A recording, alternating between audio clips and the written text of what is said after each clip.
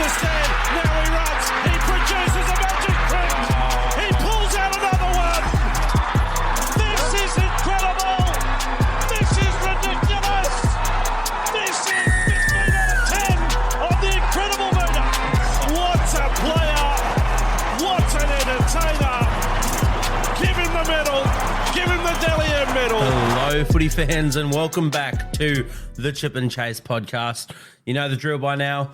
It is a Thursday. We've got the Thursday-Friday preview podcast coming right up. So without any further ado, we'll just get straight into it, eh?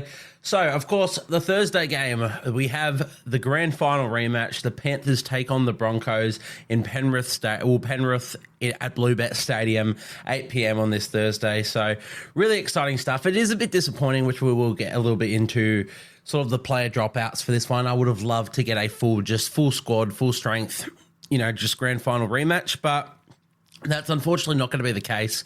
But it should be a great game regardless. So we will start by just going into this and sort of going through the ins and outs. Sorry, I'm having a bit of a hiccup fit. Only happens when I bloody start recording.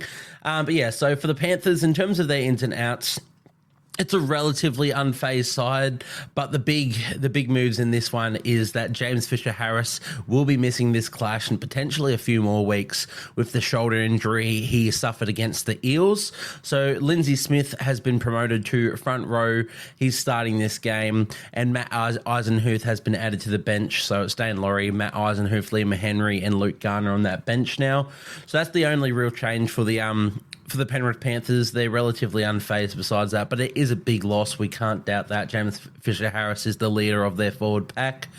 On the terms of the Broncos, however, we have a few big ins and outs.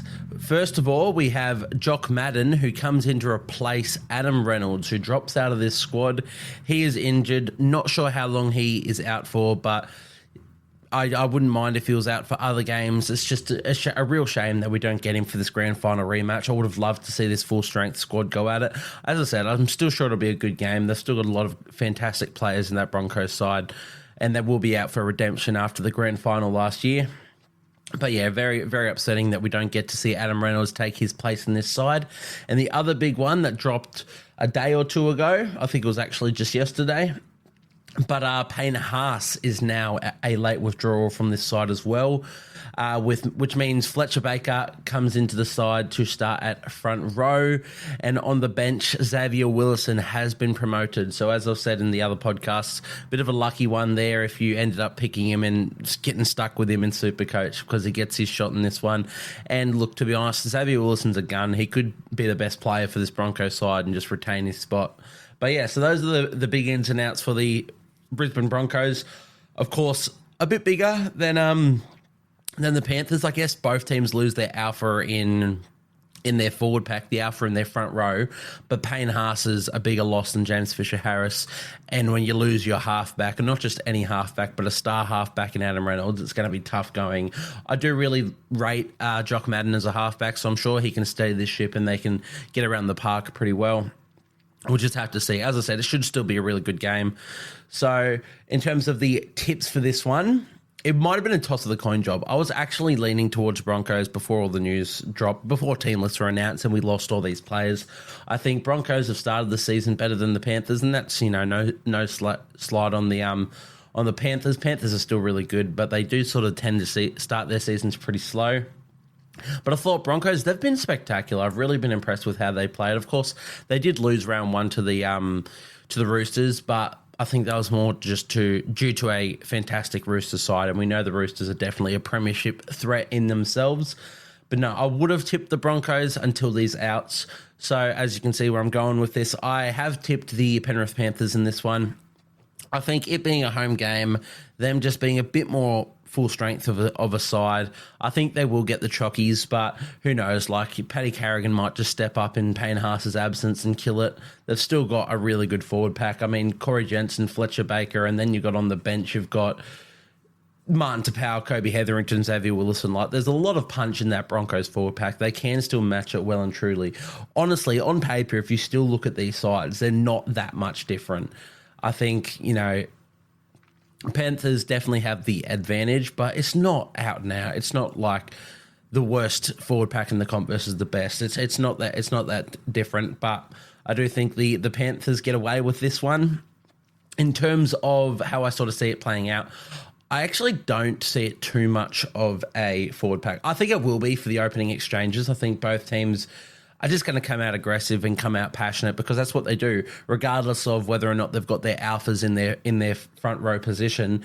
They're just going to want to come out and prove themselves. And I think in terms of both sides, I think it's going to actually bode well for that, because when you don't have your absolute top dog in your front row for either of these sides, you're just going to come out and be like, okay, look, we need to stand up. We need to get through the work Payne does and get through the work JFH does and just show that we can do this job and we deserved this job. And we've been brought in here for a reason. So I think it will be very argy-bargy, very passionate and strong through the middle early. I think after that, the Panthers will just continue to run through their wingers and not their forward pack, their wingers and their back line, as they always tend to do. I think might have been all games so far, but all of their back five have been running for like 130 metres, 150 metres plus. They've been superb. And I think they're just going to look to expose them. I think Luai and Cleary will look to just have their forwards and their centres marking up on Ezra Mam and Jock Madden, who aren't the most notable defenders in the halves. They're not bad halves defenders at all, but they're just going to try and get away with that. In saying that, this back line from the Broncos is pretty unfazed, and they're so electric, so exciting. And the other big thing to note for the Broncos in this one is no Adam Reynolds. Sure, Jock Madden, I think he's only going to be in there to do a job. He's a great footballer, Jock Madden. Always liked him coming through the grades. He's not the most flashy player, and that's fine. What I think this is going to do for the Broncos is I think Reece Walsh is going to take an extra step in his game. He's going to want the ball every single set. He might do the kicking. He might do absolutely everything. You could see a Reece Walsh with 30 runs this game. And, you'll probably come up with a few more errors, but that's Reece Walsh. And the more ball that's in his hands, the scarier it is to play against. So who knows? There could be, I've said it throughout my other previews and my other reviews, that there is actually no defense for someone like Reece Walsh. He's just that sort of player. So in that case, what do you do? If he wants to step up and lead the team around without Adam Reynolds, how do you stop a player like him? We'll have to find out. I think the Panthers will find a way. They will get it done. But even in you think of the grand final last year, they couldn't stop Reece Walsh. Reece Walsh was one of the best on park. So I don't know. I'm very excited for this game. As I said, I will tip the Panthers. I think it's going to be a test for Tony Staggs and Selwyn Cobbo. They've been incredible in general in season 2024, and particularly last week I gave them both a rap, but I think it will be a big test. I think Cleary and Luai are just going to target them and see, you've gone well so far, let's see how you hold up against us. But yeah, very exciting game coming up. Got the Panthers coming away with it. In saying that, I think it could be a close one. We'll get to my bets a bit later, but I've got them 1-12. It could be more, but at the moment, I think it should just be a 1-12 win for the Penrith Panthers. As I said, in terms of my matchup for this one, I've got to go with the centre matchups in general. Tungo and Taylor May versus Tony Staggs and Selwyn Cobbo. That is just too good to be true. There's a lot of matchups across the park that are really exciting, but that one especially stands out. Two absolute dynamos in each side. So yeah, really excited for the centre duels in this one. And all of these players have started the season on fire. It's not just they've been hot and cold. Every one of these players have played so well. So I'm really excited for the centre duel in this one. We will jump into my bets just now. So as I alluded to, the first leg of this multi is Panthers 1-12. I just was going to go Panthers win because I'm pretty more sure of that. It's less stress on whether or not they do it big or they do it small. But the odds weren't the best, so I've got the Panthers 1-12. As I said, not my favourite leg. I would have just preferred a Panthers win because who knows how this game sort of plays out. But yeah, Panthers 1-12. I've got Nathan Cleary as an anytime try scorer in this one. It's not the best odds for someone like Cleary, but it's all right. I think he's in those sort of that mid $3 or late $3 range. Might have got out to $4. I'm not sure. But I think, obviously we don't need to say too much about what Cleary did to the Broncos the last time they played. But I think he's looked threatening. He's taken 15, 20 carries a game as a halfback. He's almost poking his nose through on multiple occasions. I see him sort of crossing in this one because it's a big game and Nathan Cleary steps up for big games.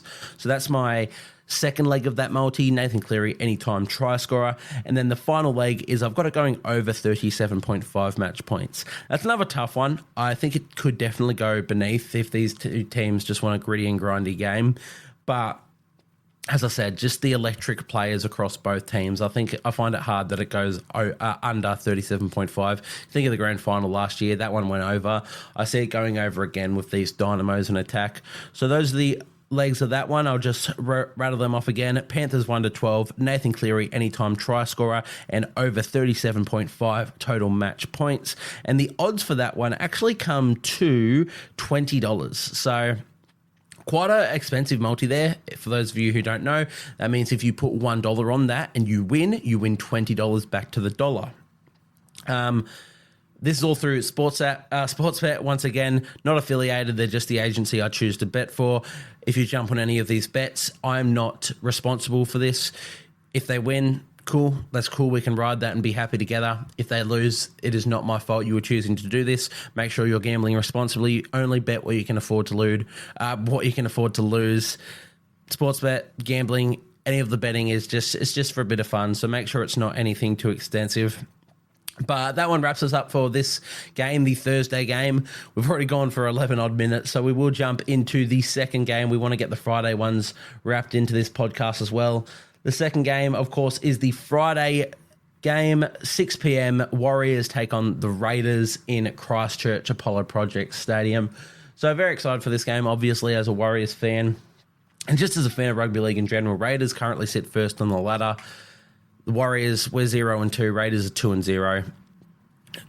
Warriors are pretty heavy favourites coming into this one, though. I think if everybody who's watched rugby league, they know that the Warriors have played really well for the first two games. They haven't got the chockies in either, but there's enough really good signs there.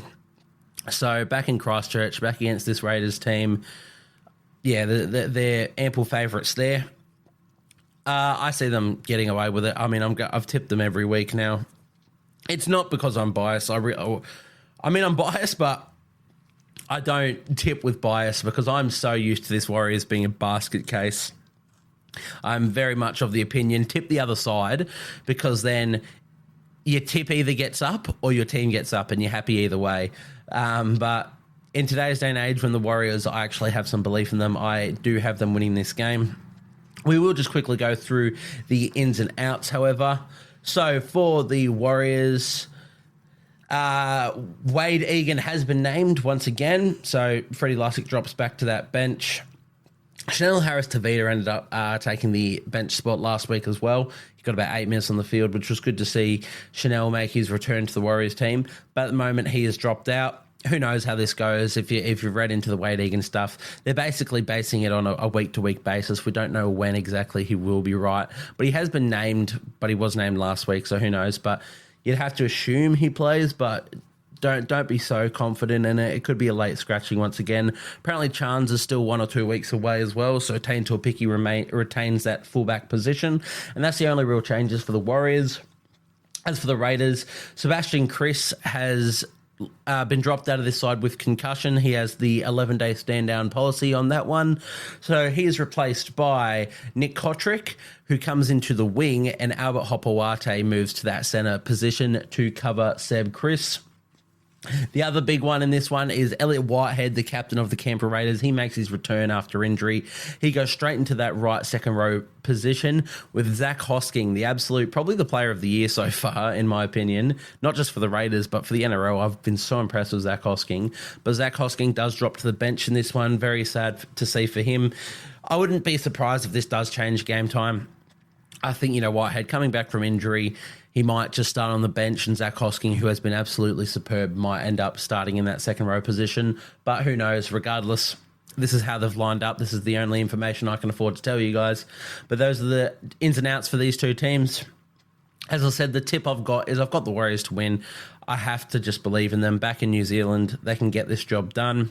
If they start the season 3-0, then I've got concerns despite how they've played, because if you're not getting the results, it doesn't matter how good you're looking.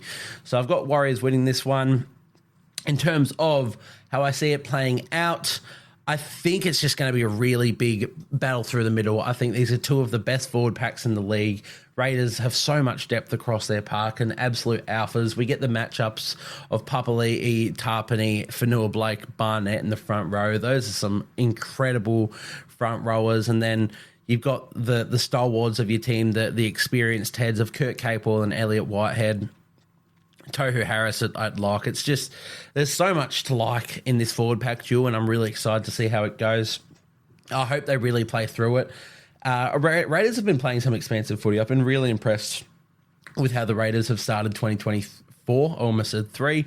So yeah, there's a lot of guns across this park. The matchups decision is going to be quite hard. I think I've got a couple in mind, but yeah, really excited to see how this one goes. I think, yeah, the forward pack duel, maybe whoever wins that can find a way to win this game. Because if the Canberra Raiders can get over this incredible Warriors forward pack, then they'll go a long way to winning this game. In terms of the matchups, however, the one that sort of stood out to me the first time I just glossed my eyes over these sides was Luke Metcalf and Ethan Strange. Now, I think Ethan was part of my matchups last week with the Tigers' young Lockie Galvin. Now, I'm backing him up again. He played incredible last week, Ethan Strange. But Luke Metcalf, he's essentially a bit of a rookie himself. I know he's a fair bit older than Ethan Strange, but he's been around the world a couple of times or maybe more. And he's just still settling into that role, still finding his feet. He's been looking pretty good. He improves every game. So I like the look of those two, just trying to stamp their authority on their respective teams, going up against each other in the 5/8 role. And there's other ones there. I like the centre duels, Rocco Berry and Tuivasa-Sheck against Timoko and Hopawate. The halfback duels, the two experienced heads that lead themselves apart around the park, lead their teams around the park is a better way. And of course, as I said, the forward pack duel. But yeah, the one that stands out to me is Luke Metcalf and Ethan Strange matching up in the 5/8 jerseys. Really like that. I hope they both have some really good games. Just hope Luke Metcalf gets it done for the Warriors. So that's the matchups. We will get into my multi for this one. So I needed legs. I needed good odds for this. Again, I would have liked to have just gone Warriors win, but I have had to be a bit more expansive, and I've gone Warriors 13 plus in this game. I think they have to make a stand for themselves, really put their names out there. They've lost 2 in a row. They're going to be out to prove themselves in front of a home crowd. I don't think this Canberra Raiders team lose 13-0 much. Like, they're a bloody good team, and I wouldn't actually be doing that if it wasn't for the bet. At the same time, I do think the Warriors, as I said, have to make this stand. So I see them going out there, and I see them maybe potentially winning this one 13 plus, which is a bit better odds for the multi as well. The second leg of the multi is Roger Tuivasa-Sheck to score a try. Anytime try scorer for him. He hasn't scored so far this season. I expect him to cross over in this one. And I've got the match going over 42.5 total match points. Both have been pretty grindy in defence, but I think both have also shown really good stuff in attack. Canberra Raiders in particular, nobody really expected them to be better in attack this year than they were last year, but they have gone and done that. So, yeah, I see this one going over that 42.5 total match points, so I'll rattle them off again. That is Warriors 13 plus, Roger Tuivasa-Sheck, anytime try scorer, and over 42.5 total match points. The odds of that are only $7.50, so not the best odds. Once again, that means if you're putting $1 on and this bet gets up, you win $7.50 back to the dollar. So it's not the best odds. It's just something that sort of I liked for this one. There's not too much that I really wanted to bet on. It's a hard game to read, but that's sort of how I just see it playing out. We won't spend too much longer on this because we have spent a substantial amount of time. I am just going to quickly cut so I can cough.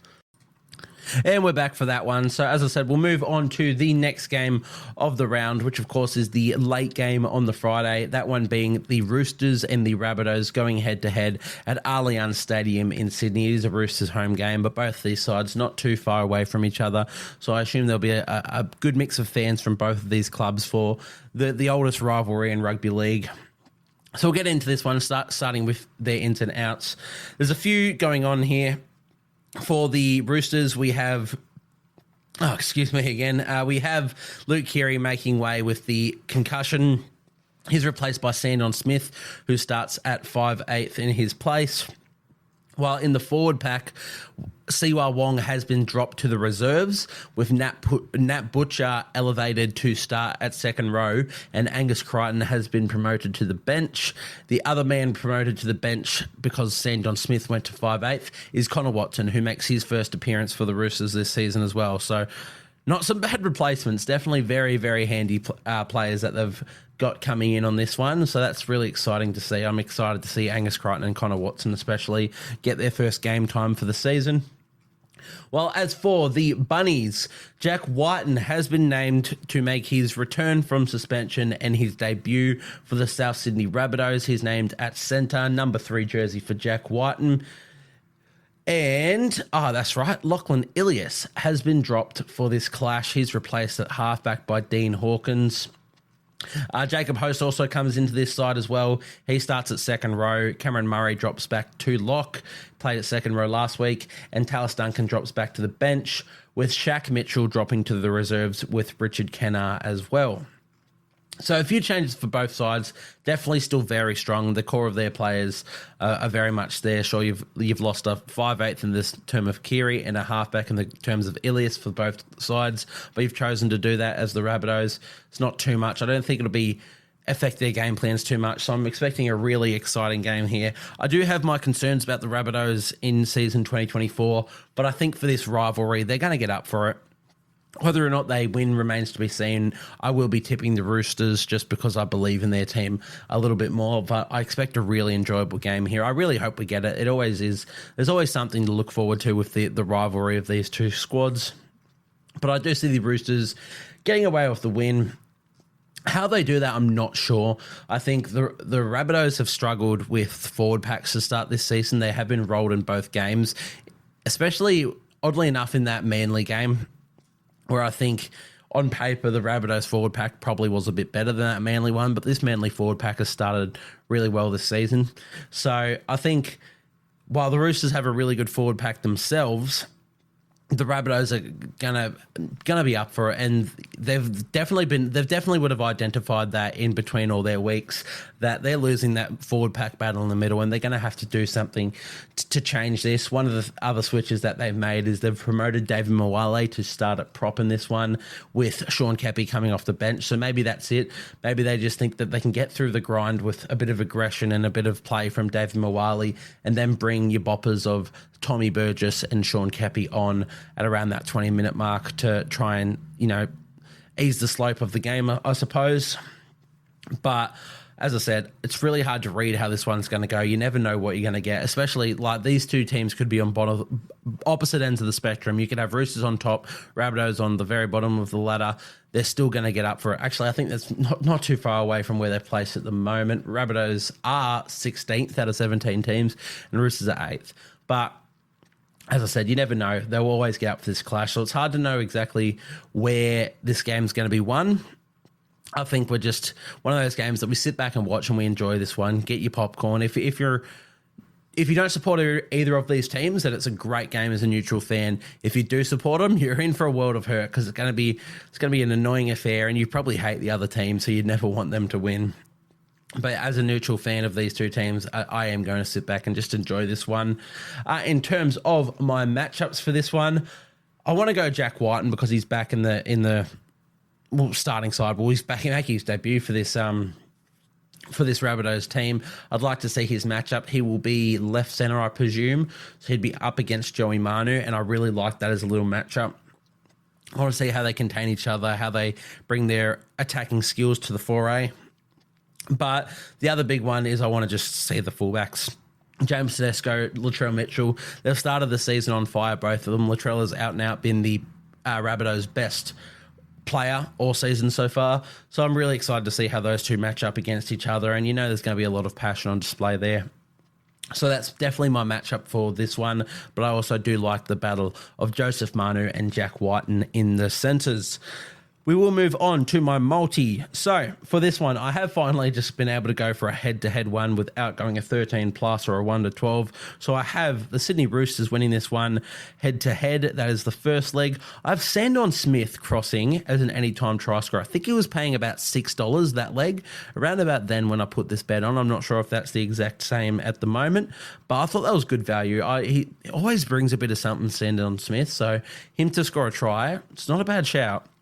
If you want to jump on that, even just not as a multi, as just a single leg, it's not bad. I really like the value in that one. And the final leg of the multi is I've got the game going over 39.5 total match points. Again, hard one to read. These two teams could come out and be gritty and just bash each other down the middle and have a low-scoring game. But I doubt that. I think they will do that. They will be gritty and they will bash each other down the middle. But they will play expansive footy beyond that. They've got attacking guns across the park. They're going to utilise them. So I've got the game being actually quite high scoring, over 39.5 total match points. So we'll rattle them off again. First leg, Sydney Roosters head-to-head. Second leg, Sandon Smith, anytime try scorer. And the third and final leg, over 39.5 total match points. The odds of that game come to $13. I have actually boosted mine to $14.50, but that might not be available for you guys. So once again, $13. If you put $1 on that and you win $13 back to the dollar. We will reiterate one more time. All of these, I do all my betting through Sportsbet. So if you are trying to bet through another agency, some of these markets may not be available. And even if they are, the odds may be completely different. So the best way, if you are looking to follow along, if you are willing to do these bets with me, the best way to do it is to do it through the Sportsbet app. I'm not affiliated, as I have said. I just choose to gamble through them. And once more, let's be responsible with how we gamble. You lose more than you win. So make sure you're only betting what you can afford to lose. If you win, cool. That's just a little bonus for you guys. Don't go and put it back through because you will end up losing. It's just how betting works. So that'll do us for these ones. Of course, we'll be back tomorrow with the Saturday roundups. Maybe get it recorded tomorrow. Otherwise, we'll bring it out for the Saturday morning, and we'll hopefully be around for the Sunday ones as well. I've got a bit of work ahead of me, but I'll work something out for that one. But yeah, thank you guys for tuning into this one, and I'll see you guys next time.